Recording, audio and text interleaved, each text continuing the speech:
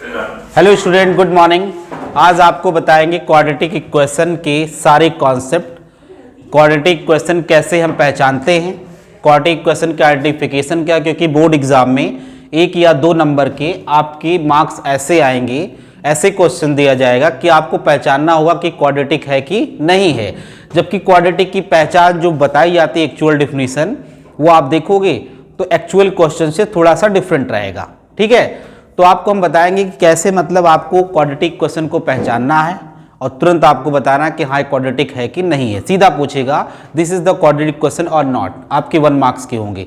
दूसरी बात, quadratic question के 2 तरीके से हम सॉल्व करते हैं इसको। नंबर 1 होता है हमारा फैक्टराइजेशन मेथड और दूसरा होता है using formula method.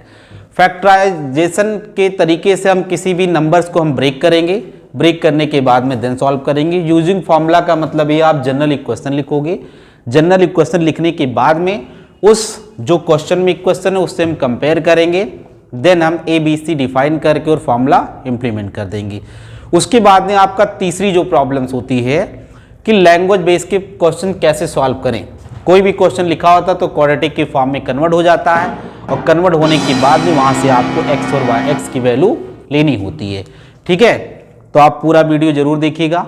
Quadratic question पूरा क्लास 10th का जितना कंप्लीट सॉल्यूशन है, जितने टाइप के क्वेश्चंस हैं, वो सारे मैं आज आपको इस वीडियो में बताने वाला हूं। ठीक है, तो सबसे पहले क्वाड्रेटिक क्वेश्चन की पहचान कैसे करते हैं। क्वाड्रेटिक क्वेश्चन हमारा जो होता है ax² + bx + c = 0। अगर हम 0 नहीं लिखते हैं तो इसको क्वाड्रेटिक पॉलिनोमियल कहते हैं। अगर 0 इसमें मैं लिख देता हूं तो ये था क्वाड्रेटिक इक्वेशन। ठीक, क्वाड्रेटिक क्वेश्चन की पहचान ये होती है कि क्वाड्रेटिक में इसकी हाईएस्ट पावर क्या होनी चाहिए, 2 होनी चाहिए और a not equal to 0, a not equal to 0 and highest power should be 1, highest power should be 2। यहां पे a not equal to 0 और a 0 नहीं होना चाहिए। अब इसमें जैसे आपके किसी भी क्वाड्रेटिक क्वेश्चन को कैसे हम सॉल्व करेंगे, तो 2 तरीके, एक फैक्टराइजेशन मेथड है, एक फैक्टराइजेशन मेथड, फैक्टराइजेशन मेथड और दूसरा आपका है यूजिंग फार्मूला मेथड। इसमें फार्मूला हम लगा सकते हैं यूजिंग फार्मूला मेथड। ठीक, तो एक जैसे मैं यहां पे लेता हूं एक इक्वेशन, जैसे मान लिया कि ये लिखा हुआ है आपका 1 upon question number 1 1 upon x + 1 plus 2 upon x + 2 = 4 upon x + 4। ऐसे ये है। अब इससे क्वेश्चन ये तो ये पूछ सकता है एग्जामिनर कि बताइए क्वाड्रेटिक है कि नहीं है। तो आपको लगेगा कि मतलब यहाँ पे कहीं पे x की पावर तो 2 है ही नहीं है, तो इसका मतलब क्वाड्रेटिक नहीं है। लेकिन सबसे पहले इसको अलजेब्रिकल मेथड से सिंप्लीफाई करेंगे, सिंप्लीफाई करने के बाद देन इसको सॉल्व करेंगे और x की वैल्यू निकालनी होगी। ठीक है, तो अगर मैं इसको सॉल्व करूँ सबसे पहले क्या लूंगा, एलसीएम ले लूंगा। यहाँ पे x + 1 और x + 2 ये एलसीएम हो जाएगा, ये इधर मल्टीप्लाई हो जाएगा, ये इधर मल्टीप्लाई हो जाएगा। तो ऊपर गया है x + 2 और 2 से मल्टीप्लाई करेंगे तो 2x + 2 2x + 2 = 4 अपॉन x + 4। अब इसको ऊपर करेंगे, x और 2x कितना हो गया, 3x हो गया और 2 और 2 कितना हुआ, 4 हुआ। इसको अंदर मल्टीप्लाई करेंगे, x को x से, x² x को 2 से करेंगे तो 2x और +1 को x से करेंगे +2 = 4 अपॉन x + 4। अभी भी इसको थोड़ा सिंप्लीफाई कर लो, यहाँ पे 3x + 4 upon x² + 3x + 2 = 4 upon x + 4। अब यहाँ से करेंगे क्रॉस मल्टीप्लाई, क्रॉस मल्टीप्लाई मतलब इसको इसमें मल्टीप्लाई करेंगे और इसको इसमें मल्टीप्लाई करेंगे। तो देखते हैं, मतलब ये हो जाएगा हमारा 3x + 4 और दूसरे में हो जाएगा x + 4 और = 4 × x² + 3x और +2 ये हुआ।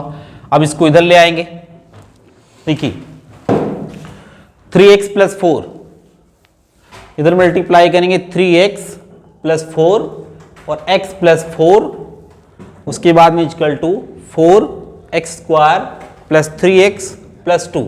देखिए फिर इसको मल्टीप्लाई जब करेंगे तो हो जाएगा 3x और x से करेंगे क्या हो जाएगा 3x स्क्वायर प्लस 4 3 जा 12x प्लस 4 से करेंगे 4x प्लस 16 इक्वल टू ये 4x स्क्वायर प्लस 12x और प्लस 8 हुआ। चलिए इसको फिर कर लीजिए, ट्रांसपोजिंग कर लीजिए इसको इधर, या पहले थोड़ा और सिंप्लीफाई कर लेते हैं। 3x square plus 8x plus 16 equal to 4x square plus 12x plus 8, ये हुआ। अब देखिए यहाँ पे अगर 4x स्क्वायर इधर है, आप 3x स्क्वायर को इधर शिफ्ट कर दीजिए, तो 4x स्क्वायर में 3x स्क्वायर जाएगा, क्या बचेगा x स्क्वायर प्लस 4x और माइनस 8 इक्वल टू 0। समझ में आ रहा है?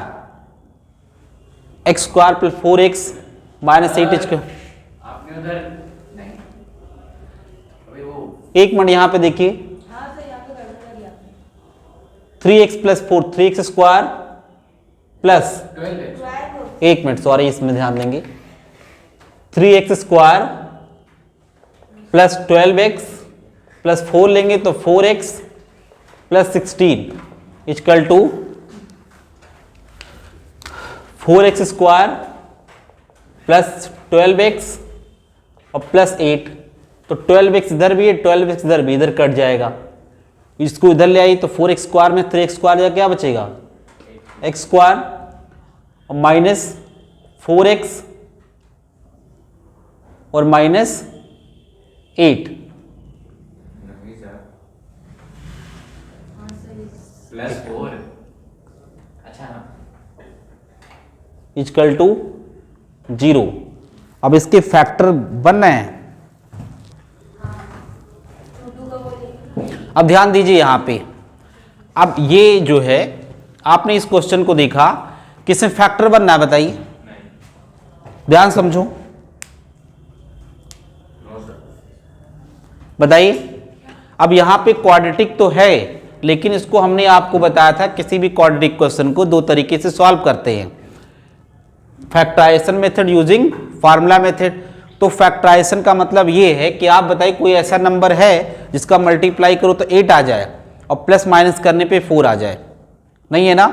देखो इसमें 4 2 जा 8 तो होता है, लेकिन 4 और 2 ऐड करेंगे तो 6 होगा और 4 में से 2 निकालेंगे तो 2 होगा, तो मतलब ये नहीं आ रहा है, ठीक। तो इसका मतलब ये नहीं है, अभी क्वाड्रेटिक क्वेश्चन है। अब क्वाड्रेटिक क्वेश्चन के लिए एक तरीका और है, मतलब यूजिंग फार्मूला मेथड करेंगे। तो यूजिंग फार्मूला मेथड के लिए आप इसके नीचे जो जनरल इक्वेशन आप क्वाड्रेटिक क्वेश्चन है वो लिख देंगे, ax square plus bx plus c equal to 0, ये आपने लिख दिया। तो a इक्वल टू क्या है, a इक्वल टू 1 है, b इक्वल टू -4 है और c इक्वल टू क्या है -8 है। समझे? देखिए a के प्लेस पे क्या है 1 है, b के प्लेस पे -4 है, c के प्लेस पे -8 है। तो अब इसके रूट्स निकालने के लिए हम इस फार्मूले का यूज करेंगे जो होता है x equal to minus B plus minus under root B square minus 4ac upon 2। इस फार्मूले पे हम इंप्लीमेंट करेंगे बहुत ही सिंपल तरीके से। तो जहां जहां ये है वैल्यू आपने कंपेयर किया है वो यहाँ पे हम लिख देते हैं। तो x इक्वल टू देखो माइनस बी, तो माइनस यहाँ ऑलरेडी है, -4 यहाँ पे हमने लिख दिया और plus minus under root B square मतलब -4 का होल स्क्वायर और -4ac, a के प्लेस पे रखेंगे 1 और c के प्लेस पे रखेंगे -8। तो ये हो जाएगा x equal to minus minus plus हो गया 4 प्लस माइनस अंडर रूट -4 का स्क्वायर 16 और माइनस माइनस क्या हो गया प्लस, और 8 4 जा कितना होता है 32 प्लस 32, इसको हमने ऐड किया। तो अब करेंगे x equal to 4 plus minus under root 48 हुआ। अब 48 को अगर हम फैक्टर करें, ध्यान समझना, अब 48 को क्या लिख सकते हैं 16 इंटू 3 लिख सकते हैं, तो 16 का बाहर 4 हो जाएगा, तो यहाँ पे 4 प्लस माइनस 4 रूट 3 ये हुआ। तो आपके पास ये रूट्स जो आ गए x equal to 4 plus 4 root 3 comma 4 minus 4 root 3, ये दोनों आपके रूट्स आ गए। ठीक है, ये क्वाड्रेटिक क्वेश्चन को हम ऐसे सॉल्व कर सकते हैं। ठीक, चलिए अब आपको सेकेंड तरीका बताएंगे, बहुत ही बेहतरीन, जो आप पता लगा लोगे कि कौन सा क्वाड्रेटिक है, कौन सा क्वाड्रेटिक नहीं है, और कौन सा क्वाड्रेटिक हम फार्मूला मेथड से कर सकते हैं या नहीं कर सकते, कौन सा फैक्टराइजेशन से करेंगे। ठीक, देखो तो इसमें जैसे अभी मैंने बताया आपसे, जैसे एक आपने देखा हुआ नेचर ऑफ रूट्स, रूट्स के क्या नेचर हैं। ठीक, मतलब कैसे पता लगाएंगे कि उस क्वाड्रेटिक इक्वेशन की वैल्यू जो है इक्वल आएगी या अनइक्वल आएगी या उसकी वैल्यू इमेजिनरी आएगी, मतलब क्वाड्रेटिक नहीं है, ये सब कैसे पता लगाएंगे। तो ये इसके लिए हम पता करते हैं, एक हमारा जो कंडीशन से फार्मूला कह सकते हो डी होता है। डी मतलब डिस्क्रिमिनेशन, डिस्क्रिमिनेशन मतलब D equal to B square minus 4ac। इस माध्यम से इसका यूज करके मैं पता लगा सकता हूं कि कौन सा क्वाड्रेटिक इक्वेशन इक्वल आएगा उसका रूट्स, कौन सा अनइक्वल आएगा, ठीक है, और कौन सा इमेजिनरी आएगी। तो ठीक है, एक छोटा सा कॉलम बनाएंगे हम। हाँ देखिए इसमें ऐसे बनाएंगे, इमेजिनरी में बता रहा हूं। जैसे देखिए यहाँ पे d equal to B square minus 4ac है, यहाँ पे लिखेंगे nature of roots, nature of roots, और फिर यहाँ पे हम पढ़ेंगे रूट्स, मतलब रूट्स कैसा होगा। ठीक है, रूट्स कैसा हो इसके मदद से। मान लिया इसके एग्जाम्पल में मैं दूंगा एक एक, ठीक है, ऐसे देखिए ध्यान से, इसको नोट कर लिया, ठीक है, देखिए समझिए इसको ध्यान से। जैसे हमने कहा कि अगर ये B square minus 4ac, if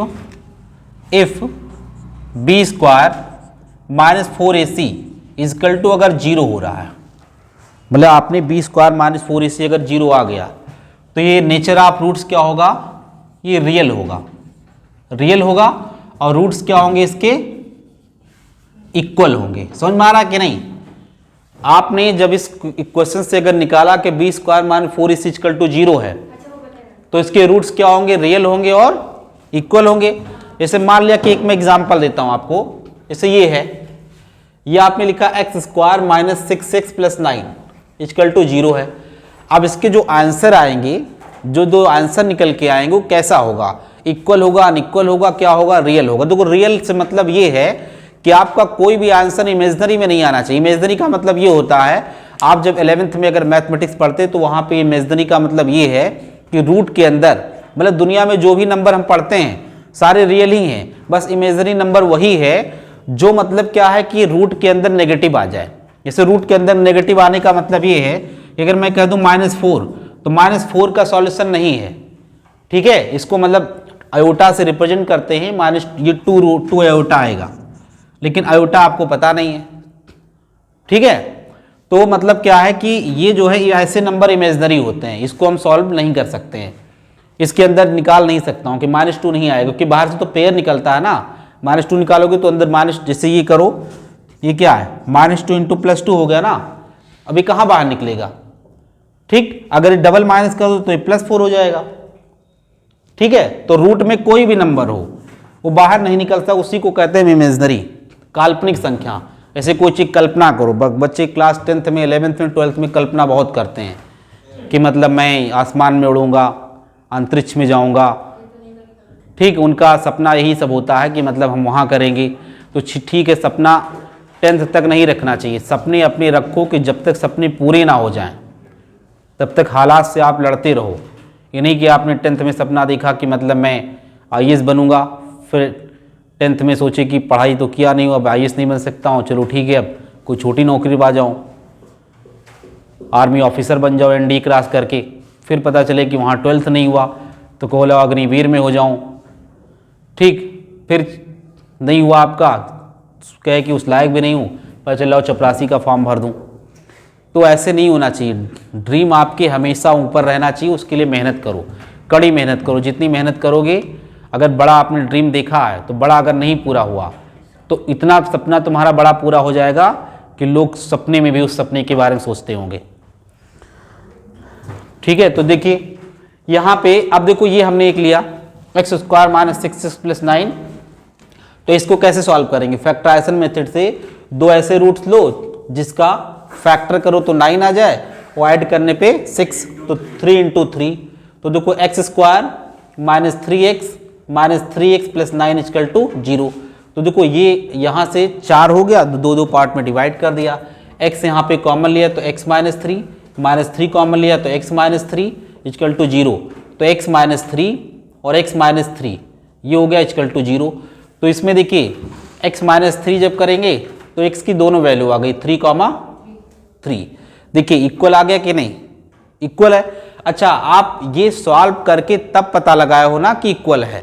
अगर हम ऐसे इक्वल पता लगाते कि इसका रूट्स इक्वल है कि नहीं है, तो एक काम करते यहाँ पे, देखिए एक काम ये करते, X square minus 6x plus 9 equal to 0। इसके नीचे आप लिख दीजिए ये ax square plus bx plus c equal to 0 लिख दीजिए। बता a की वैल्यू क्या है, यहाँ 1 है, b की वैल्यू क्या है -6 है, और c यहाँ पे क्या है 9 है।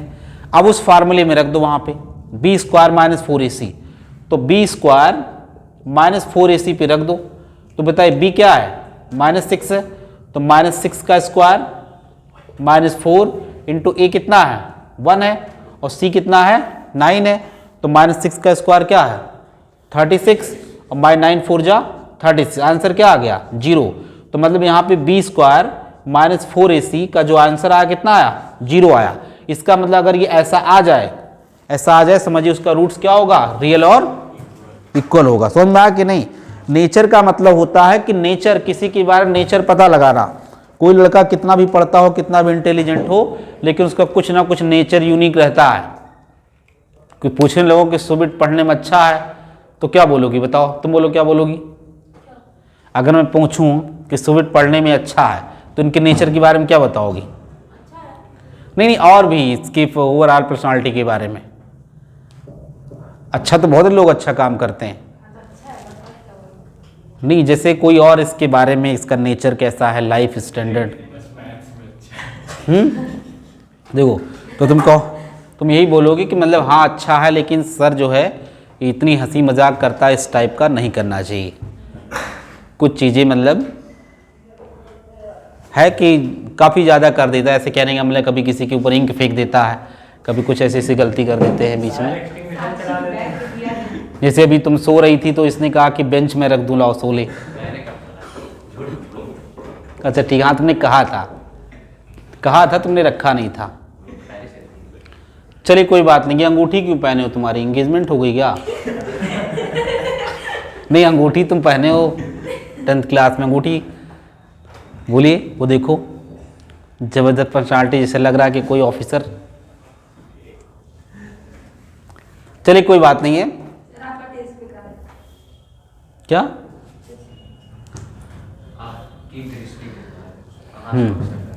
देखिए अब यहां पे कहा जाए कि B square if B square minus 4ac less than 0 अगर है, अगर ग्रेटर देन 0 पहले करते हैं, अगर ये ग्रेटर देन 0 है तो ग्रेटर देन 0 तो इसके भी रूट्स क्या आएंगे रियल आएंगे, और डिस्टिंक्ट आएंगे या अनइक्वल आएंगे। ठीक है, एक ही बात होती है, अनइक्वल आएंगे या डिस्टिंक्ट मतलब अलग अलग आएंगे। फिर देखिए ये if B square minus 4ac equal to 0 है तो आपका ये आएगा इमेजनरी। बाय जो नेचर ऑफ रूट्स जो होगा क्या होगा इमेजनरी होगा, इमेजनरी होगा नहीं less than 0, sorry less than 0 होगा तो क्या होगा इमेजनरी, और ये डज नॉट एग्जिस्ट। ठीक, देखिएगा ध्यान से, मैंने बताया कि आपका जो है अगर कोई क्वाड्रेटिक क्वेश्चन के नेचर ऑफ रूट्स पता करना है, आपको ये पता करना है कि ये इसके रूट्स किस टाइप के आएंगे, तो आपको एक तरीका अपनाना है, वो है बी स्क्वायर माइनस 4ac। इसको इम्प्लीमेंट करोगे और ये ए बी सी कहाँ से फाइंड करोगे, किसी क्वाड्रेटिक गिवन क्वाड्रेटिक इक्वेशन से। तो आपका अगर B square minus 4ac equal to 0 आ रहा है तो वो नेचर उसका क्या होगा रियल होगा, और क्या होगा वो इक्वल होगा, रूट्स इक्वल आएंगे। यहाँ पे अगर B square minus 4ac greater than 0 है, 0 से बड़ा मतलब कोई भी 1 2 3 4 5 1/2 कुछ भी आ जाए, 0 से बड़ा है अगर वो, तो उसका भी रियल होगा, लेकिन रूट्स क्या होंगे अनइक्वल होंगे। उसके बाद में आपका बी स्क्वायर माइनस 4ac अगर लेस देन 0 है तो इमेजनरी है, डज नॉट एग्जिस्ट है, मतलब उस क्वाड्रेटिक इक्वेशन को हम सॉल्व नहीं कर सकते हैं। ठीक है, आगे सॉल्व होगा ही नहीं। जैसे कहने का मतलब इसमें अगर एग्जाम्पल लिया जाए तो x square plus 2x minus 5 अगर किया जाए इक्वल टू 0, तो देखो आप क्वाड्रेटिक तो ये कह सकते हो कि क्वाड्रेटिक है, ये क्वाड्रेटिक है क्योंकि यहाँ पे एक्स स्क्वायर लगा, बिल्कुल क्वाड्रेटिक है, ठीक है। लेकिन इसके सॉल्व हम नहीं कर सकते, ये आगे 11th वगैरह में इसका सॉल्यूशन है, लेकिन यहाँ पे आपको ये नहीं, क्योंकि देखो इसको चेक करेंगे भाई, इसको चेक करेंगे अगर A X square plus B X plus C से चेक करेंगे तो ए क्या है 1 है, बी क्या है 2 है, सी क्या है 5 है, तो बी स्क्वायर माइनस 4 इसी पे रखिए, तो बी मतलब 2 का स्क्वायर माइनस 4 इंटू 1 और इंटू 5, तो देखो ये हो जाएगा आपका 4 माइनस 20 क्या आ गया माइनस 16, तो ये हो गया माइनस 16 क्या है लेस देन 0 है। समझ में आ रहा कि नहीं? अब देखो जैसे कहने अब क्यों नहीं है बताइए, ये कैसे माइनस 16 है तो ये कैसे, मतलब आप एक बात समझिए, इसमें माइनस में नहीं आ सकते। देखो माइनस में नहीं